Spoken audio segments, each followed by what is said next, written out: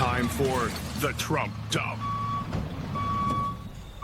It's not news that Donald Trump is a lowlife who lacks empathy for other human beings or the capacity to understand that anything that doesn't directly affect him matters. But this exchange in the fascinating new profile of Marjorie Taylor Greene from the New York Times' Robert Draper is still eye-opening, or it should be, and I hope we never lose the capacity to find this revolting. It describes Marjorie Taylor Greene's last exchange with the president by text message on November 16th of this year. She had just received an anonymous email in her personal Gmail account that threatened the life of her college-aged son.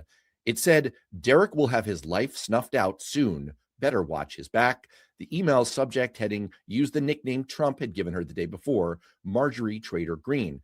Greene promptly texted that information to the president. According to a source familiar with the exchange, his long reply made no mention of her son. Instead, Trump insulted her in personal terms. When she replied that children should remain off limits from their disagreements, Trump responded that she had only herself to blame. In response to detailed questions and a request for comment, a White House spokesman wrote, "President Trump remains the undisputed leader of the greatest and fastest growing political movement in American history, the MAGA movement.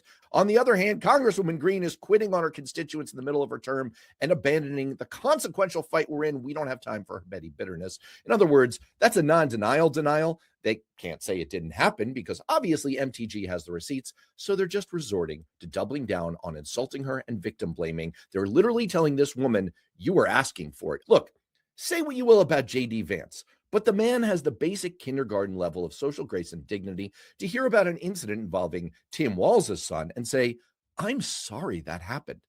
If you happen to be a Trump supporter, I want to ask, if your kids behaved like this, would you be horrified? Would you be embarrassed? If the answer is yes, then please just consider that maybe it's time to finally say enough is enough with this person who doesn't care about you and wouldn't care if something happened to your children unless it affected him personally.